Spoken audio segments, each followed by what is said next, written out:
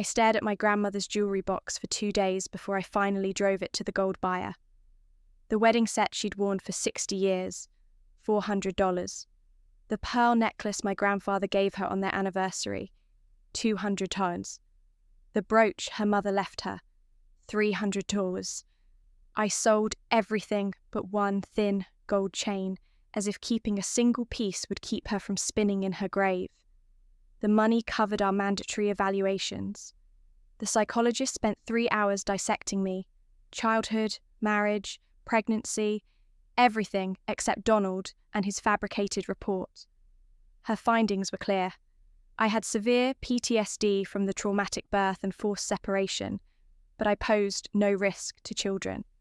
CPS twisted it into a weapon. The mother's PTSD makes her unstable, they told the judge.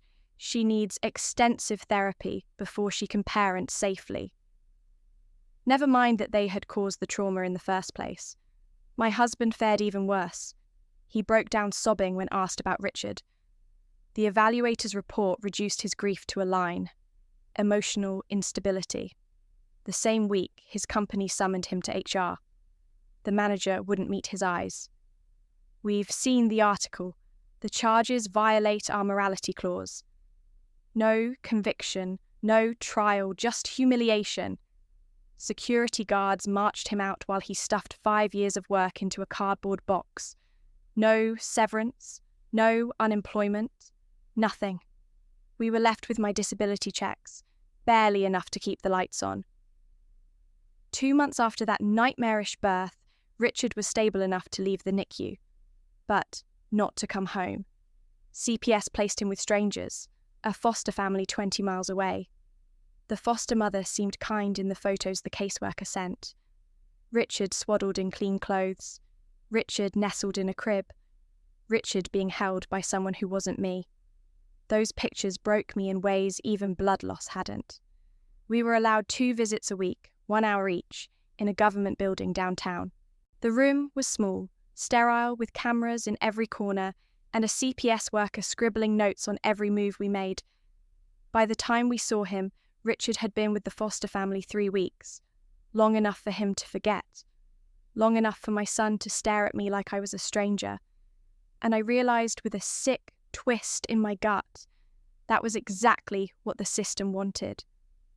When they placed Richard in my arms for the first supervised visit, he screamed, a high, piercing cry that sliced through me.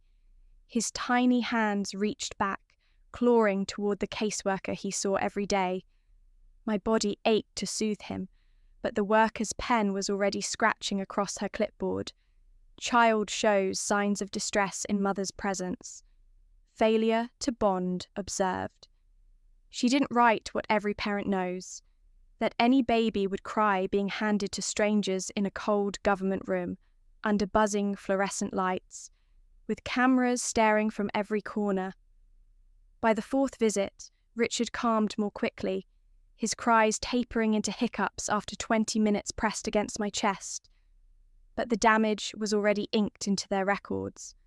Cold documentation twisting maternal love into evidence. Meanwhile, Nancy's world spiraled further into delusion.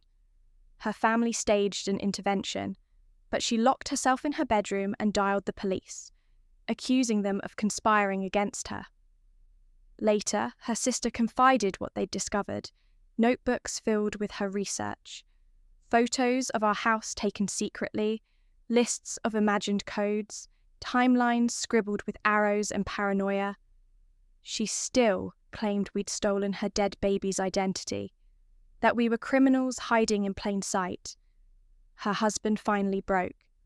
He filed for divorce and emergency custody of their 2 surviving children. Nancy retaliated by accusing him of being part of our trafficking ring, insisting he only sought custody to protect us because we'd threatened his life. The judge ordered her to undergo psychiatric evaluation. She refused. While Nancy descended deeper into madness, our lawyer uncovered rot of a different kind.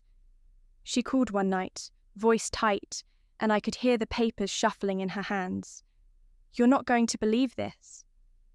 The private foster care agency housing Richard, earning tens of thousands for every child in its system, held contracts worth millions with the county.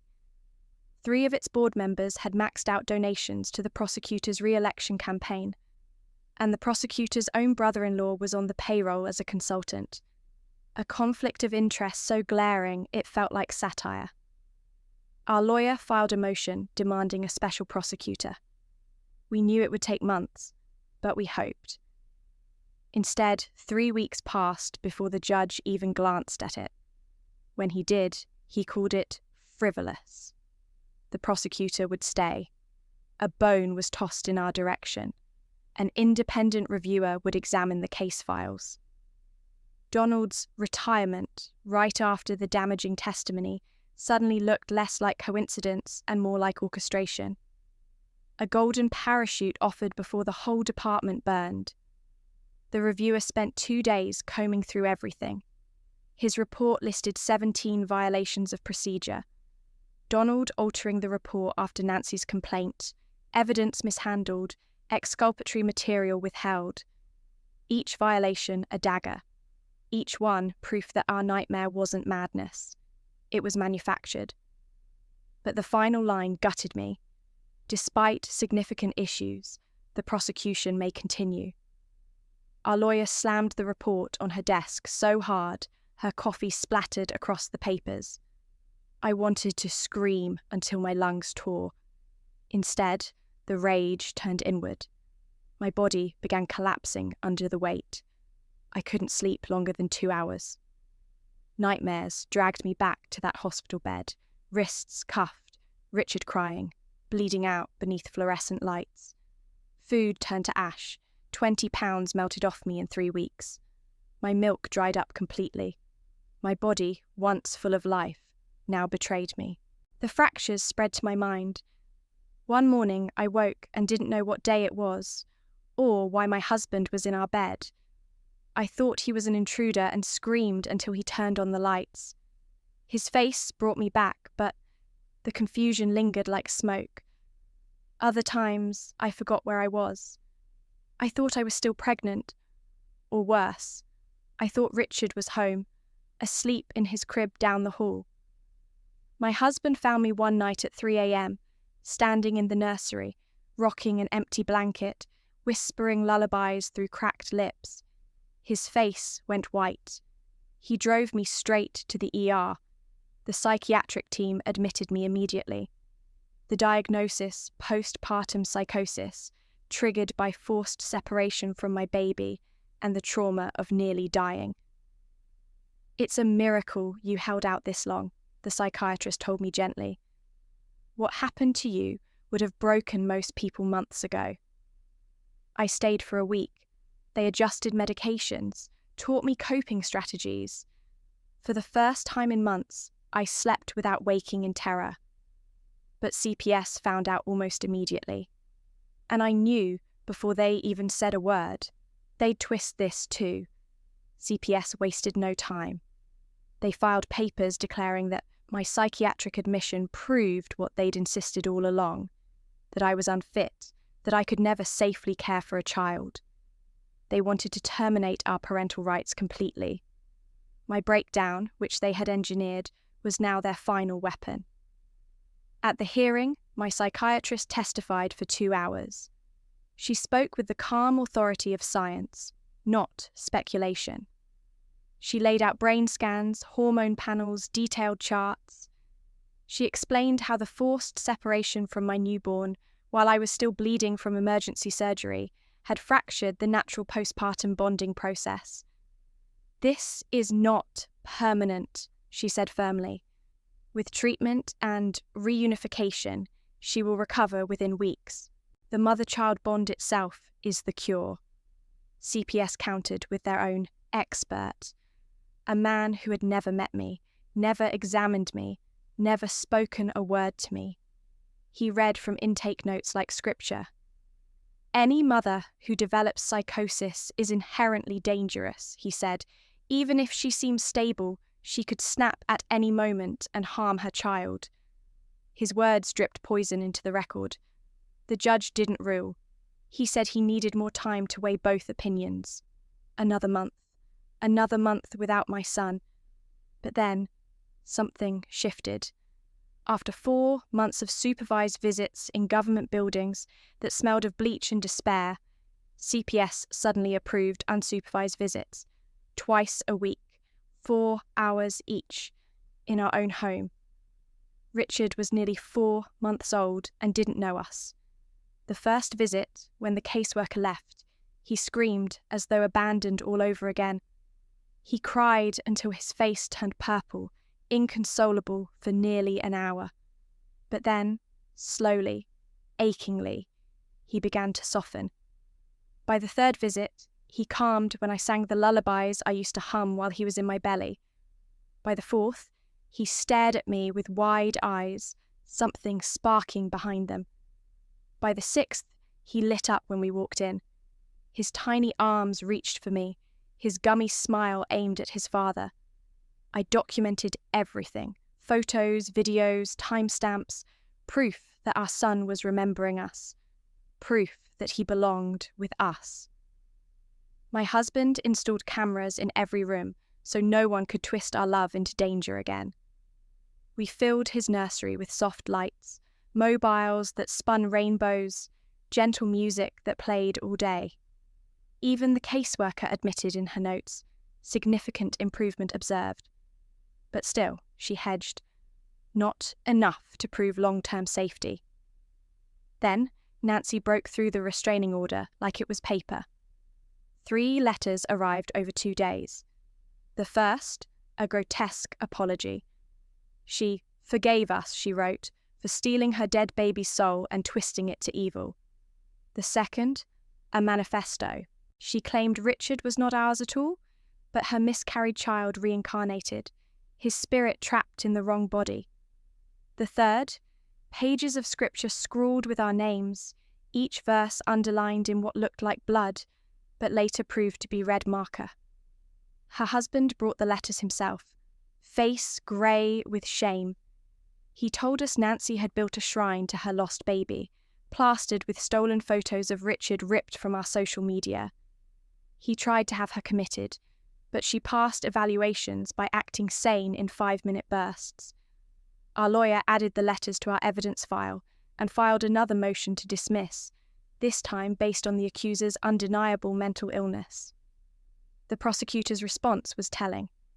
For the first time, they offered us a deal. All charges dropped, they said. If you agree never to sue the police department, CPS, or any government agency involved. Our lawyer didn't bother hiding her contempt. That means they know they'll lose at trial. They're trying to shield themselves from the damages they'll owe you. The trial date was set, 2 months away. She began preparing witnesses, doctors, nurses, family members.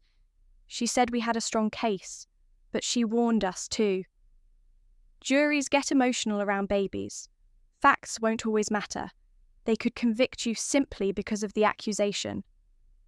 The waiting hollowed me out. The uncertainty gnawed at my bones. I couldn't endure the silence anymore.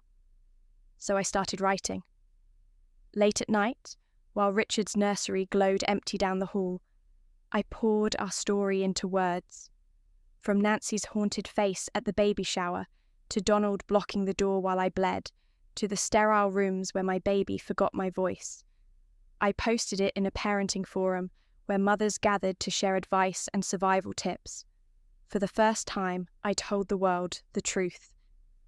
Within 3 days, my late-night post had exploded. 50,000 shares, hundreds of messages flooding in. Mothers, fathers, grandparents, all telling me their own horror stories about CPS tearing children away on false whispers, on lies that metastasized into investigations. Some had clawed their way back and reclaimed their kids. Others wrote through tears that they had lost everything. Strangers reached out with kindness that made me weep at the kitchen table. Some wired money for legal fees. Others offered to protest outside the courthouse. Veterans of this battlefield sent step-by-step guides for surviving CPS tactics, warning us what was coming next. Their solidarity became the only thing keeping me upright when the rest of the world wanted me broken. It didn't take long for the prosecutor to notice the noise. Suddenly, he was on the phone to our lawyer with a sweeter deal. All charges dropped, right now, if we signed away our right to sue and promised never to speak to the press again. Our lawyer's tone was cold when she relayed it. This is them admitting they'll lose, but they want to buy silence. They know what they did and they want it buried. We refused. The next day, we filed a federal civil rights lawsuit. $10 million in damages for illegal arrest, denial of medical care, forced separation from our newborn, and harassment that nearly shattered our family. We named them all. The police department, Officer Donald personally, CPS, and 3 caseworkers who had turned bureaucracy into a weapon. The city attorney moved fast, filing to dismiss under government immunity. Our lawyer was ready. Immunity doesn't apply, she told us, eyes gleaming. Not when officials knowingly violate constitutional rights. And then, everything shifted. A NICU nurse named Carol reached out to our lawyer. She'd been fired 2 weeks after Richard was born, officially for insubordination. The truth? She had defended us. And she hadn't just defended us. She had proof. On her phone, she carried recordings from the night Donald left me, bleeding while Richard suffocated inside me. She'd started recording when she realized what was happening, and the audio was damning.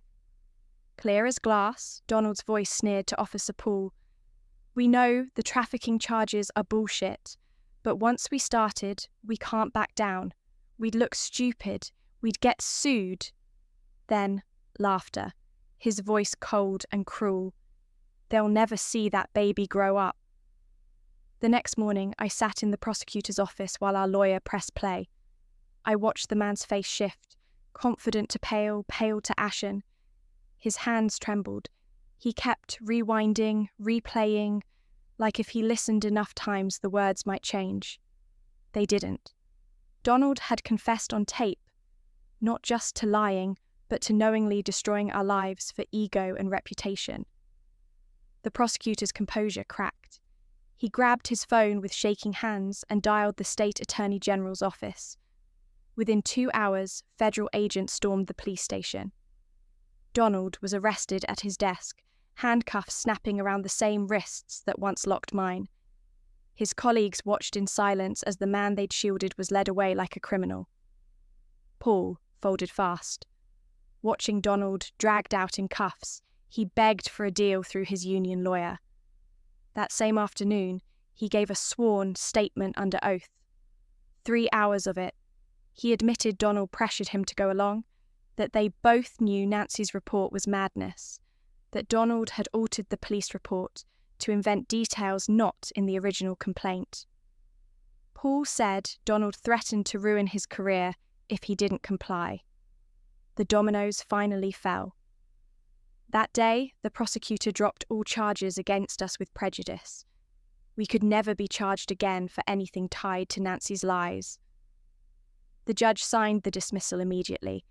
His gavel fell with a scathing condemnation of prosecutorial misconduct and police corruption, words that would live forever in the court record.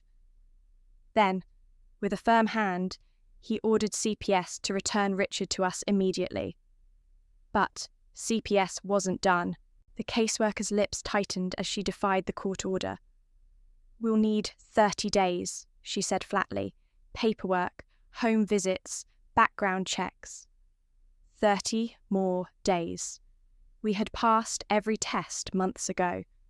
The judge's words were clear, yet they still wanted to make us wait. Still wanted to prove they had the power to hold our child just out of reach. Our lawyer didn't waste a second. She filed an emergency motion right there in the courthouse, her voice shaking with fury as she shoved the paperwork across the clerk's desk. Within minutes, the judge summoned CPS leadership into his chambers. The bailiff, a man who'd worked those halls for 20 years, whispered later that it was the loudest shouting match he'd ever heard through those thick oak doors. voices rising, papers slamming, the judge's roar echoing like thunder. And then the dominoes truly fell. One nurse with one recording had toppled the shield of qualified immunity that had protected Donald and his accomplices. The rot had been exposed, and there was no more hiding it. The judge emerged red-faced but resolute, pen in hand. He signed an order on the spot. Richard was to be returned to us by 8 p.m. that night. If CPS failed, he would hold the entire department in contempt and start jailing supervisors one by one. At 7:45, headlights cut across our driveway.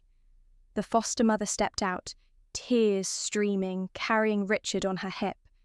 2 garbage bags stuffed with his clothes and toys swung from her hands. A folder of medical records pressed against her chest. She looked at me, eyes full of grief and relief all at once. "I love him," she whispered, voice cracking. "But he was never mine. He belongs with you. I'm sorry for what they did." She placed him in my arms. Richard turned his face away when I kissed his cheek. When she walked toward the door, he reached for her, his little fingers opening and closing. My heart cracked with the sound of it.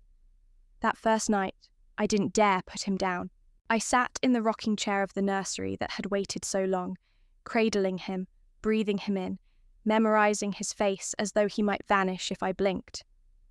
My husband sat on the floor at my feet, one hand resting on my knee. We cried in silence while Richard slept between us. Finally home, but strangers to our own son. 3 days later, at 2 a.m, pounding shook the front door. My blood turned to ice. When we peeked through the curtains, we saw her. Nancy, a crowbar in her hands. She screamed, voice raw, that we had stolen her baby, that she was taking him back. My husband called 911 as I scooped Richard from his crib, clutching him to my chest.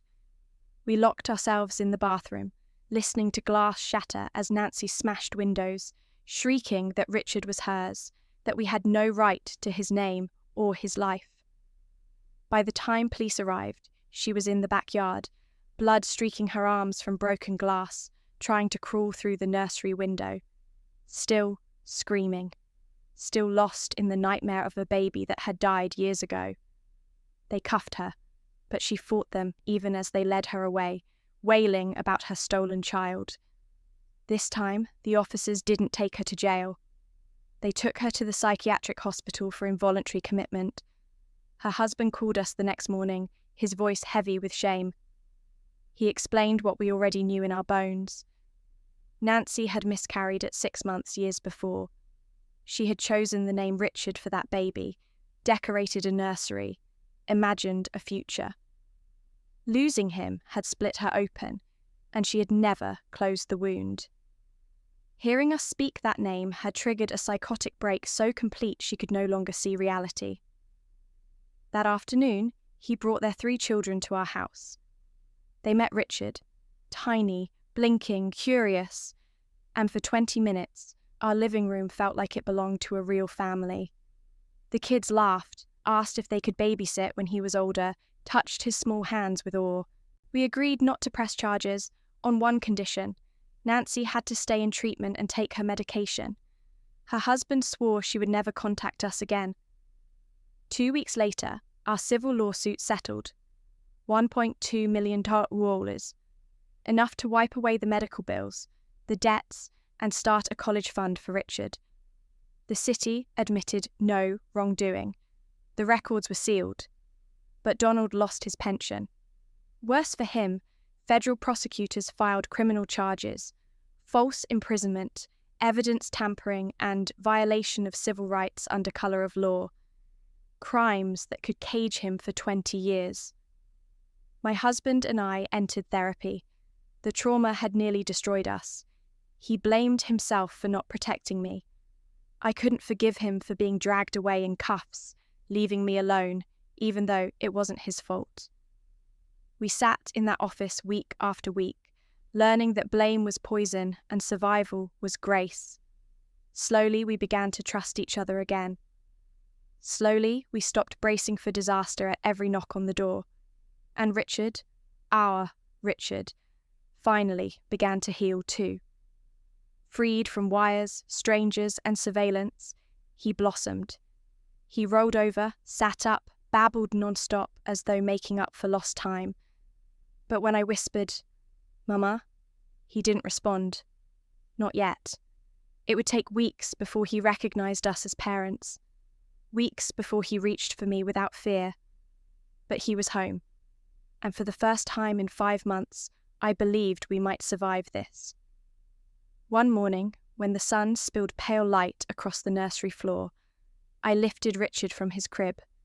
He stretched his little arms toward me, and clear as glass, said, "Mama." The word cracked something open in me. I sank onto the floor, clutching him, tears pouring hot and endless. He toddled around, babbling, pointing at toys, returning again and again to that word. "Mama, mama, mama," as if stitching the bond back together one syllable at a time. I cried for an hour straight, letting his voice heal me. 8 months later, Donald finally faced the consequences. Convicted, sentenced to 18 months in federal prison. A pitiful punishment compared to what he had done. But watching him shuffle into the courtroom in shackles and an orange jumpsuit brought a measure of peace. For once, he couldn't hide behind his badge. The hospital held a ceremony not long after, unveiling new policies to prevent what had nearly killed us. They called it Richard's Law, a mandate that officers must defer to medical staff during emergencies, with felony charges for obstructing life-saving care. My son's suffering had become the seed of change.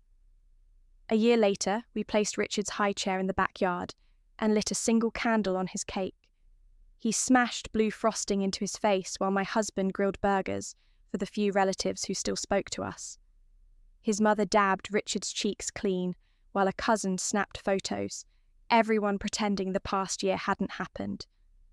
That afternoon, the mailman delivered an envelope stamped with the return address of Nancy's treatment facility. Inside, 3 shaky words. "I'm so sorry." The first real apology. 2 weeks later, my husband came home with a cardboard box from his old office. This time, it wasn't humiliation. It was hope. A tech startup owner who had followed our case online offered him a senior role, full benefits, flexible hours. His first paycheck covered a month's bills and began chipping away at the mountain of legal debt. For the first time in forever, we could breathe. Carol, the NICU nurse who had saved that recording and saved us, called with good news. Her whistleblower settlement had finally arrived. $80,000. She'd already enrolled in nursing school to become a patient advocate. Every few weeks, she sent updates about classes and professors who now taught about law enforcement overreach because of our case. She told us Richard had changed the system in ways he'd never understand. Soon after, the state legislature invited us to testify. My hands trembled as I sat at a long table in the Capitol, microphone inches from my lips, senators leaning forward as I described bleeding in a hospital bed while Donald blocked the door, as I described being shackled away from my newborn. They listened, and then they acted. 2 months later, 3 new bills became law. Police must defer to medical staff in emergencies. All child removals must be recorded. Every emergency separation must face immediate judicial review. Nancy's husband came by 6 months into her treatment with a thick envelope. Inside was a 10-page letter written in therapy. Nancy explained the fracture in her mind, how losing her baby at 6 months had hollowed her out, how hearing us speak Richard snapped her into believing we'd stolen her child's soul. She wrote that she understood she'd never meet Richard, that it was her punishment, but she wanted us to know she was taking her medication, trying to heal.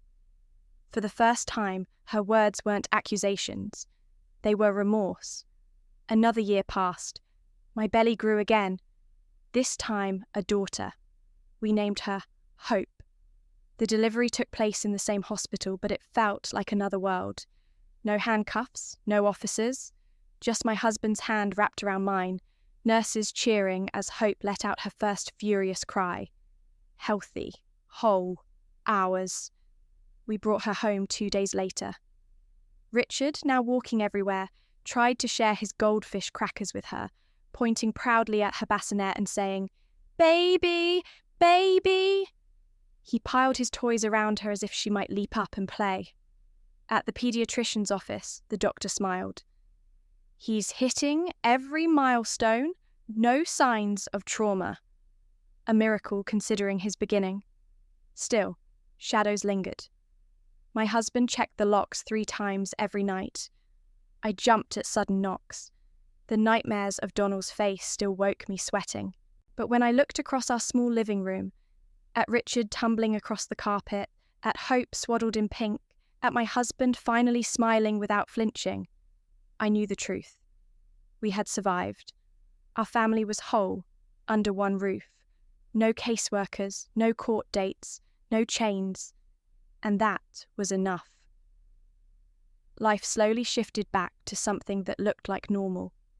The problems we faced now were the kind every parent complains about.